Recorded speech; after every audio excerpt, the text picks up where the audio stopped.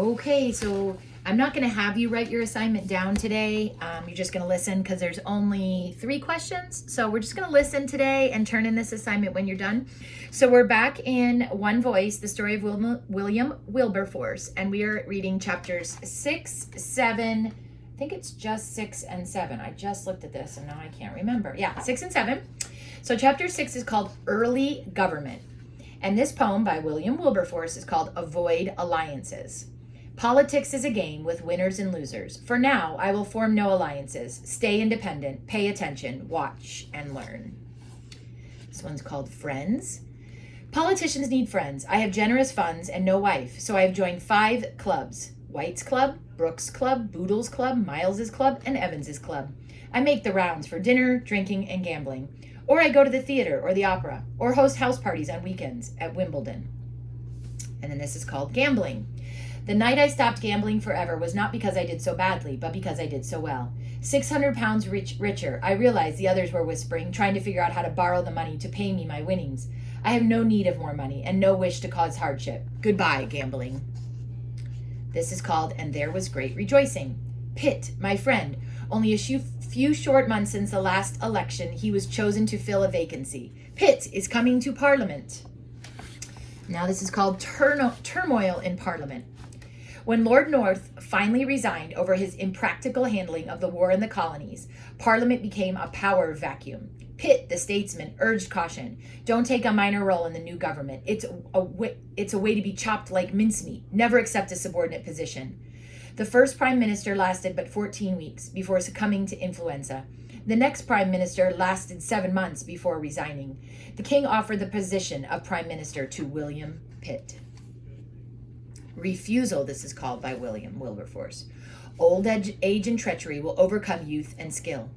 And so Pitt turned down the king, preferring to let another man be chewed up and spat out in the tumultuous parliament. But yes, under this 4th prime minister in 25 months, Pitt would be honored to be chancellor of the executure. I don't really know how to pronounce that very well. Executure, Exchequer. Responsible for all economic and financial matters and leaders of the House of Commons. He'll not stay in that role long, I do not think. Summoned. And it said, let me do question number 1. Why did Wilberforce not want to accept a small role in government? And it's because when the government is in upheaval, minor officials are cast aside, and even major officials like the prime minister. So everything's up in upheaval. You just got to kind of ride the waves. Summoned. As we 2 Williams vacation in Paris, a messenger summoned Pitt back to England. This December 18, 1783, he becomes prime minister, the youngest ever, just 24. The paper reports. A sight to make surrounding nations stare, a kingdom trusted to a schoolboy's care. Not everyone rejoices at Pitt's promotion. He's very young, right?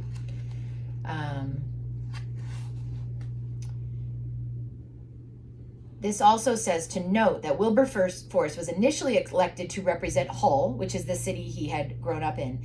Then he later became the elected representative for the most powerful county, Yorkshire. Though there isn't an exact correlation in the United States, it would be something like going from being the representative of Santa Barbara to being the representative of California, which is a huge career advancement. Okay, this is called Wilberforce Advances. The largest county in the country and most powerful, Yorkshire, represented by powerful men of high birth. I was one of the 4,000 men in this crowd, March 25, standing in the cold and wind. After 6 hours of speeches, young Wilberforce stood up. Oh, let me apologize. This is written by a Yorkshire man, not by Wilberforce, okay? So he's in the crowd of 4,000 men, and here comes Wilberforce, who's going to speak and try to earn the position for Yorkshire. He climbed on the table where the others had stood behind it. As it rained and poured, we listened to his brilliance. For an hour, for 2, as the rain turned to hail. And as he finished, we are now to decide upon a solemn crisis, he said. Each of you will now have to do what is right for our nation. My neighbor yelled, "We'll have this man for our county member." Maybe it's time for a representative that's not a powerful man of high birth. All right, this is called Surprise, and this is by James Boswell, who was a famous critic of speech and literature. I saw what seemed a mere shrimp mount upon the table, but as I listened, he grew and grew until the shrimp became a whale. That's him speaking to the group, right? Started as a merchant by William Wilberforce. In May 1784, the first merchant to be the Knight of the Shire for the county of Yorkshire is elected. Pitt writes, "My dear Wilberforce, I can never enough congratulate you on such glorious success." All right, now we're in chapter 7, which is called Transformation. And this is called Escort, and this is by William. "Though I have a powerful position in Parliament, I am also a son and a brother. My mother writes that she is unwell, as are my sister and 2 cousins. Am I willing to escort these 4 ladies to the continent to help them heal?" A lot of times people would go to different places, and the continent I'm imagining is Europe, but I'm not exactly sure where. Okay, southern France. This will require hundreds of hours in carriages on the way to southern France. Who could possibly keep me entertained? Problem solved. Though I asked around, no friends could attend me, taking months away from regular life. But at the horse races in Scarborough, I run across my old schoolmaster, Isaac Milner. In the year since I last saw him, he's attended Queen's College in Cambridge. There, recognized as incomparable, a genius. Mathematician, chemist, fellow of the Royal Society, which is the oldest science society in existence, Cambridge professor, ordained clergyman, storyteller, good-humored friend, he'll accompany me and the ladies as we journey. This is called Worth Reading. Preparing to travel on, I notice a book my cousin had finished, The Rise and Progress of Religion in the Soul. Is this worth reading? Yes, says Isaac, one of the best books ever written. And so we take it along on our journey to discuss and debate. Remember, there's no technology on these trips. There is not much to keep yourself entertained. Chapter 1, The Rise and Progress of Religion and in the Soul. When we look around us with an attentive eye, so this is from this book, The Rise and Progress of Religion. This is from chapter 1. When we look around us with an attentive eye and consider the characters and pursuits of men, we plainly see that though in the original constitution of their natures, they only, of all the creatures that dwell on the face of the earth, are capable of religion, yet many of them shamefully neglect it. And whatever different notions people may entertain of what they call religion, all must agree in owning that it is very far from being a universal thing. Religion, in its most general view, is such a sense of God in the soul, and such a conviction of our obligations to him and of our dependence upon him, as we shall engage us to make it our great care to conduct ourselves in a manner which we have reason to believe will be pleasing to him. This is called In Other Words. When we pay attention to how people act, this is by William, we see that though humans are the only ones who may practice religion, many of them choose not to, and different people have different ideas about religion. But in the most general view, religion is a sense of God in the soul, a sense of our duty to him, a sense of our dependence on him, and the knowledge that we should act in a way that pleases him. So all of a sudden, he's talking a little bit about God again, huh? It's interesting. When the journal shows, I went to a dinner party. How odd it was to think that the pompous men being served and the waiters serving them would all end up standing before God, and that the lords and earls would not be any more important to God than the poorest servant. In secret. That most impractical of dead languages, my Greek comes in handy now as I secretly study the New Testament. Isaac and I continue to talk and debate as we drive about Europe. What the journal shows. At a play tonight, I watched not the stage, but the audience. How could they enjoy a play when there was so much suffering back home in England? And who am I to think like this? Just a 12th month ago, I was as fond of the theater as any. This one's called A New Idea. Mother, it's Sunday. Let's not travel today. We have nowhere to be, no hurry to go. Today, let us rest. This is called What the Journal Shows.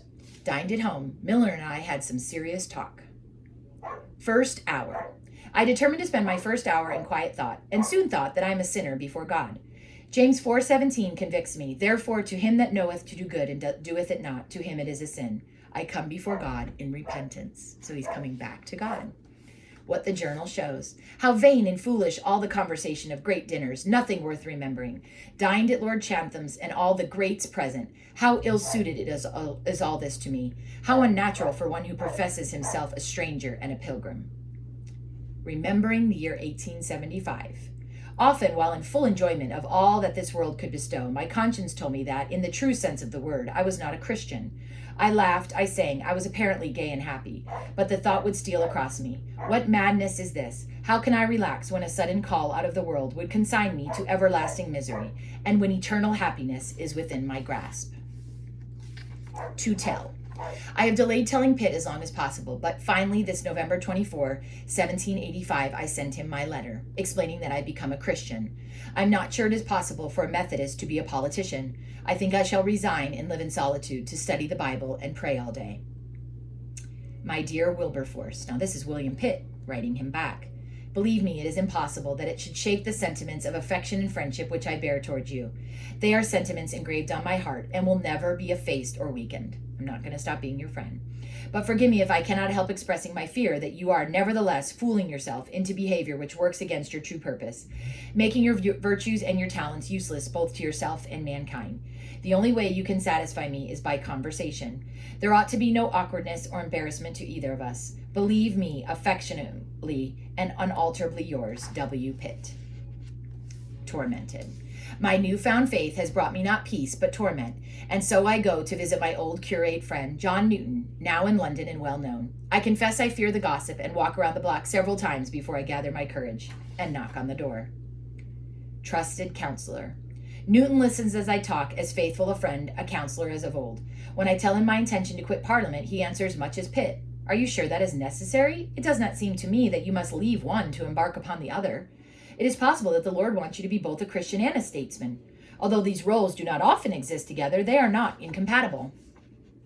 What fight is the last one?